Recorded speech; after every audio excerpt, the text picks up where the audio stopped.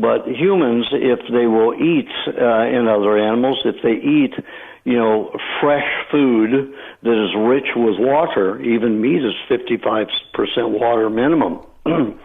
That's even if it's a little dried. Almost 70% water if it's fresh. And there's no dehydration involved. That means time spent where, the fluids out of the meat dissipate. And there's those that argue that kind of water from vegetables, meat, and milk is really a water that's somewhat structured by God or whatever nature that can get into the cells. And, of course...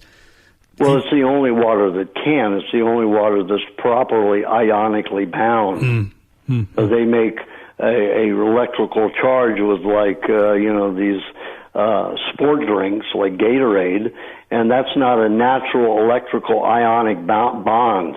And there's no other nutrients involved in it. But when the human body does it, and any animal body does it with a raw whole food, all of the water is absorbable and utilizable, and doesn't, it's full of other nutrients. It's full of the proteins, the vitamins, all vitamins, and every other nutrient on the planet. So when the water is carried to the cells, it's rich with nutrients. Just plain water is not. It's devoid of any nutrient, and the minerals that are available are rock, and we don't eat rock. Plants eat rock. So what do you do to your water, the water that you drink? I don't drink water. You don't drink water? Yeah, so, I may, let's say in the last 2 months I've had probably 16 ounces. Is that right? Yeah. So I may every 2 weeks or so have a half a cup or a whole cup, maybe once a month. If I'm in the tropics, I may have up to, a cup a week. And that's because the body still has some toxins in it that need the soluble factor that water is. Water is a solvent.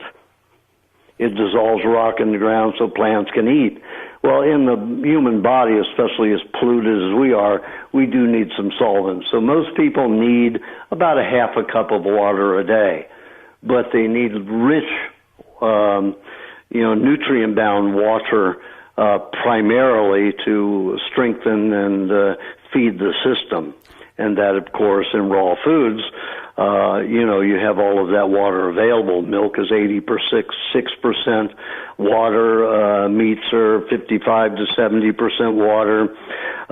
Fruits are 90 to 93% water. So there's water in absolutely everything, richly.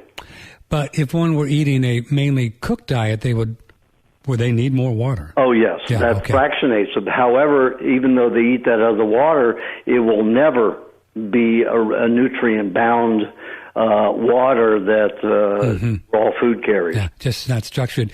James wants to know why raw meat is better than cooked meat. Very basic question. Great question. Well, when you cook anything, you begin destroying, depending upon the temperature, you begin destroying nutrients. That's in any food, not just meat. But we digest meat and handle meat the best in my experiments with humans, of course, and dogs and cats. When you cook anything above 105 degrees or meat above 105 degrees, you break down the enzymatic activity. Now, a lot of people think enzymes are alive. They are not alive, no more than viruses alive.